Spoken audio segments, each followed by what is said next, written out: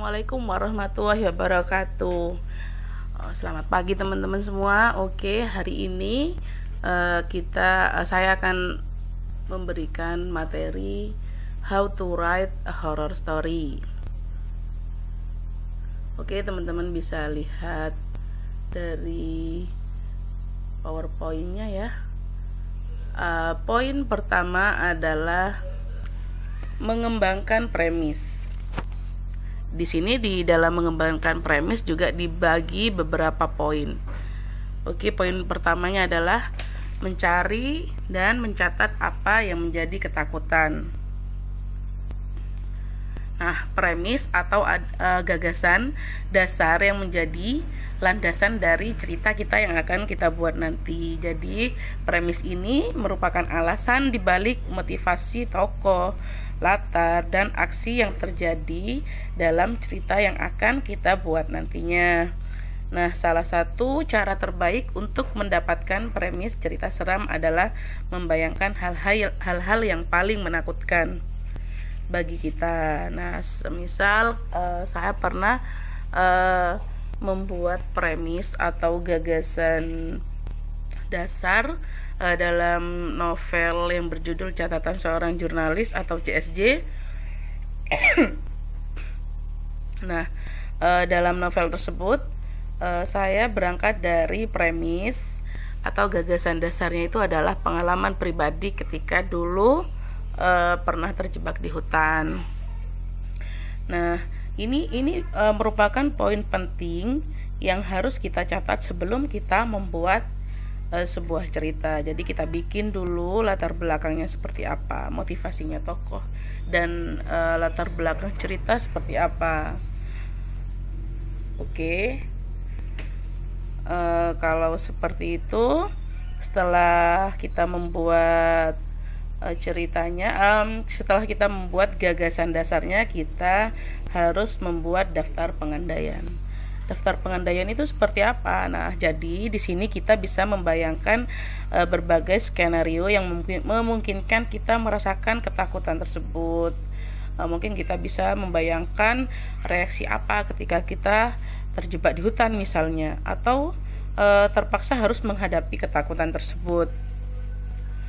Next, yang ketiga adalah poin yang ketiga, membuat ketakutan kita menjadi latar cerita. Nah, di sini kalau kita sudah mempunyai gagasan dasarnya, ide ceritanya, premisnya, kita sudah kembangkan juga melalui poin nomor 2 ya, daftar pengandaian. Selanjutnya adalah menggunakan latar cerita ini untuk dijadikan cerita yang nantinya akan kita buat. Jadi kalau sudah punya idenya, kita mudah untuk mencari atau menjadikannya sebagai latar cerita. Nah, ini kenapa saya lebih suka membuat cerita non fiksi. Ini karena bagi saya chemistry-nya lebih dapat, feel-nya juga lebih dapat, kita lebih mengalir gitu untuk menulisnya, untuk menceritakannya. Tapi kita juga misalnya ingin membuat cerita fiktif, kita juga bisa tetap menerapkan poin-poin tersebut. Oke, next, mengubah situasi yang biasa saja menjadi menyeramkan. Nah, ini ibarat kuah kalau nggak ada garam, itu katanya nggak enak ya bu ibu ya. Nah, ini kita bisa mengubah situasi yang biasa menjadi lebih menyeramkan. Misalnya kita biasanya situasinya normal, kita bisa membuatnya lebih menyeramkan. Misalnya kita berjalan sendiri melewati rumah angker malam-malam dan sebagainya, kemudian bertemu dengan makhluk tak kasat mata dan sebagainya. Tapi ini biasanya kalau cerita non fiksi, kisah nyata based on true story, biasanya ini ngalir gitu aja. Jadi kita hanya tinggal membumbuinya sedikit saja. Oke, next adalah mencari cerita, mencari referensi dari film, buku, dan lainnya. Jadi kalau kita sudah melihat film-film horor atau membaca novel horor, itu biasanya kalau referensinya semakin banyak, ide atau ketika kita akan menulis cerita itu juga lebih enak, idenya lebih banyak, deskripsinya juga nanti lebih detail juga. Oke, next selanjutnya adalah poin selanjutnya, mengembangkan para tokoh. Di sini juga dibagi beberapa poin. Yang pertama adalah mengembangkan para tokoh utama. Nah, di sini untuk membuat cerita seram yang baik, kita juga bisa mengenalkan tokoh utamanya lebih dahulu, kemudian diikuti dengan tokoh tambahan seperti bapak, ibu, atau teman-teman dari tokoh utama. Nah, di sini kita juga bisa dan harus menceritakan secara mendetail. Ya, ini poin berikutnya. Buat detail spesifik untuk tiap tokoh. Nah, di sini saat kita mulai mengembangkan para tokoh, kita juga harus paham karakteristiknya seperti apa, pekerjaannya, motivasi, identitasnya seperti apa. Buat tokoh yang unik dengan perilaku atau sikap tertentu yang khas. Ini juga akan membuat kita menjadi konsisten dengan perincian lainnya sepanjang cerita. Buat daftar untuk setiap tokoh utama yang mencangkup informasi seperti penggambaran detail tentang sang tokoh dan sebagainya. Oke, next selanjutnya adalah membuat konflik. Nah, di sini kita juga harus bisa menyajikan konfliknya yang yang greget agar pembacanya juga bisa tergugah emosinya. Sampai sini masih dengar ya teman-teman suara saya? Nah, ini adalah poin berikutnya adalah mulai menulis cerita. Nah, kalau tadi sudah punya poin-poin seperti mendapatkan ide, latar belakang cerita, udah punya gambaran tokoh, sekarang mulai menulis cerita. Ini waktunya action teman-teman. Nah, jadi jangan hanya bikin catatan poin-poinnya aja, bagaimana cara membuatnya, tapi nggak action sama aja bohong. Nah, untuk mulai menulis cerita, kita juga ada beberapa poin. Yang pertama adalah buat ikhtisar plot. Nah, setelah menemukan premis, latar, dan tokoh yang tepat, kita harus membuat ikhtisar kasar dari ceritanya. Ikuti struktur ceritanya seperti eksposisi, menata latar, dan memperkenalkan tokoh. Adegan pemicu seperti buat sesuatu terjadi di awal cerita untuk memulai aksi. Aksinya lebih meningkat, lanjutan cerita, bangun ketertarikan dan ketegangan, kemudian masukkan klimaks juga, kemudian adegan yang terjadi setelah klimaks itu apa, dan diakhiri dengan resolusi atau si tokoh, bagaimana caranya si tokoh memecahkan masalah utama. Setelah itu di akhir bagian teman-teman bisa menyisipkan pertanyaan-pertanyaan yang masih tersisa oleh pembaca. Nah, seperti itu. Oke, berikutnya adalah tunjukkan dan jangan katakan. Jadi cerita seram yang terbaik menggunakan penjelasan situasi untuk menunjukkan perasaan tokoh dalam cerita kepada pembaca. Nah, jadi di sini teman-teman bisa mendetail atau mendeskripsikan cerita atau apa yang dialami si tokoh. Nah, contohnya seperti ini ya. Ada dua contoh. Ini misalnya contoh pertama, aku terlalu takut untuk membuka mataku, walaupun bisa jelas ku dengar suara langkah kaki semakin mendekat. Nah, ini nggak apa-apa, seperti ini sebenarnya nggak apa-apa, tapi coba kita bandingkan dengan kalimat berikutnya. Lebih berasa mana feelnya. Kubungkus tubuhku dalam selimut semakin erat, dan tak sengaja aku mengeram. Dadaku sesak, perutku melilit. Aku tidak akan melihatnya. Tak peduli seberapa dekat suara langkah kaki itu terdengar, aku tidak akan melihatnya. Nah, misalnya seperti itu teman-teman. Jadi next, untuk selanjutnya kita bisa lebih mendeskripsikan ceritanya seperti apa. Jangan atau misalnya seperti ini contohnya. Seperti ini misalnya, ayo kita naik gunung, di sana katanya kita bisa merasakan atau hal-hal yang berbau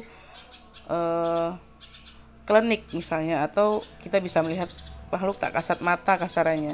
Nah, ini juga bisa. Nah, tapi jika kita menceritakan secara mendetail lagi, misalnya bagaimana dia dalam perjalanannya naik gunung, bagaimana mereka mulai mendengar sesuatu yang aneh, itu biasanya pembaca lebih mendapatkan feel-nya. Next adalah membangun ketegangan selagi ceritanya berjalan. Jadi biarkan ceritanya menjadi semakin tegang seiring berjalannya waktu. Nah, di sini agar menjadi cerita yang menegangkan, biasanya pembaca harus bisa merasakan apa yang dialami para tokoh. Nah, detailnya tadi seperti poin sebelum ini ya. Oke, next adalah coba berikan foreshadow. Foreshadow sendiri itu merupakan petunjuk kejadian yang akan terjadi. Jadi pembaca seharusnya bisa menemukan petunjuk asli dari tindakan tertentu atau tujuan dari ceritanya. Nah, biasanya foreshadow ini memberikan efek resah atau menunggu akibat yang akan terjadi sebelum tokoh utamanya sukses atau seperti yang diharapkan oleh pembaca. Next adalah hindari kata-kata yang terlalu jelas. Paksa diri kita untuk menjelaskan kejadian dengan kata-kata yang memancing emosi pembaca. Nah, di sini kita bisa menghindari kata-kata yang terlalu jelas seperti takut, menyeramkan, ketakutan, ngeri, dan sebagainya. Kita mungkin bisa menggantinya dengan kata-kata yang lebih bisa memancing emosi pembaca. Oke, next adalah menulis akhir cerita yang baik.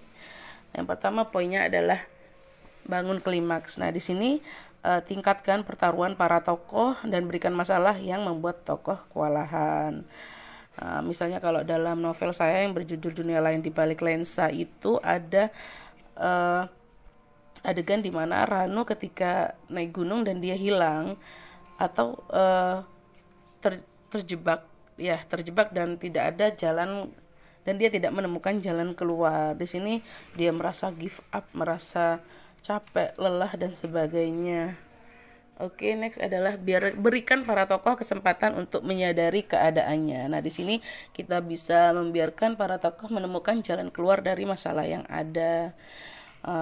Seperti itu. Jadi penyikapan ini harus merupakan hasil tumpukan perincian yang ada di adegan sebelumnya, agar pembaca tidak merasakan tiba-tiba, tidak merasa kok tiba-tiba seperti ini, terkat dan sebagainya. Next adalah tambahkan akhir kejutan. Nah, di sini teman-teman, kejutan yang baik dalam sebuah cerita horor itu biasanya membuat cerita semakin baik atau justru sebaliknya. Nah, kejutan sendiri itu merupakan aksi yang tidak diduga pembaca, seperti yang tadinya pembaca kira tokoh si A itu baik, ternyata si tokoh A itu jahat. Seperti itu. Oke, next selanjutnya adalah tentukan akhir ceritanya. Ya, di penghujung cerita ini adalah saatnya untuk mengakhiri semua plot yang ada. Nah, walaupun kita ingin membuat akhir yang memuaskan bagi pembaca, kita juga harus membuat ceritanya benar-benar berakhir dan tuntas. Jadi pembaca harus selesai membaca cerita kita dengan tidak sedikit perasaan ragu. Atau pertimbangkan kembali jika akhir ceritanya memang seperti kejutan atau jawaban pasti. Nah, ini adalah ketegangan tidak menjawab pertanyaan dramatis terlalu dini. Oke, next berikutnya adalah menyelesaikan cerita. Nah, perbaiki cerita. Kalau kita sudah membuat cerita, sudah selesai semua, kita mungkin bisa membacanya ulang. Jika ada hal-hal yang dirasa kurang pas, ini kita bisa memperbaikinya. Nah, selanjutnya adalah mengoreksi cerita Anda. Jadi setelah dibuat semuanya, udah ada yang diperbaiki, misalnya ada yang kurang pas, kita koreksi lagi ceritanya. Mungkin ada hal-hal yang masih belum dirasa pas. Next adalah yang ketiga adalah minta saran. Jadi setelah semuanya selesai, teman-teman bisa meminta saran, menyuruh rekan kerja, saudara atau teman untuk membacanya terlebih dahulu dan meminta saran. Jika ada saran yang dirasa memang lebih menarik, kita bisa memasukkan saran tersebut dalam cerita kita. Yang terakhir adalah mengubah bagian yang memang harus diubah. Jadi jika memang ada yang dirasa kurang pas, teman-teman bisa mengubahnya sebelum dipublish. Dan terima kasih, sampai berjumpa kembali. Oke, itu tadi materi yang saya jelaskan mengenai how to write a horror story. Seperti itu. Jadi teman-teman bisa untuk waktu dan tempat saya kembalikan pada moderator.